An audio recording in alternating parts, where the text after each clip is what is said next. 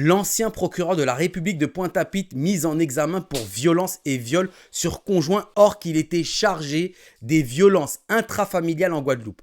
Bon, on peut quand même douter de son efficacité. Bref, je t'explique tout ça. Tu te souviens de l'affaire des grands frères en Guadeloupe? Plusieurs Guadeloupéens jetés en prison et certains déportés dans l'Hexagone comme des terroristes.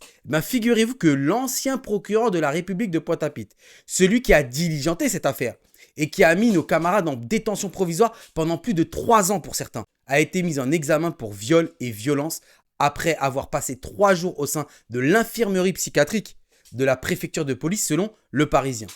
Comment un ancien procureur de la République peut être dans cette situation? Mais la question qui doit se poser, c'est est-ce qu'il était en capacité et a-t-il la légitimité de s'occuper d'affaires antérieures, notamment en Guadeloupe et donc l'affaire des grands frères. Quand il avait au début de l'affaire tout un tas de chefs d'inculpation contre eux et petit à petit, la liste s'est réduite. Rappelez-vous de l'épisode où on les a reprochés d'avoir menacé des élus et ces élus eux-mêmes ont fait des communiqués pour dire non, on n'a jamais reçu aucune menace. Donc la question se pose.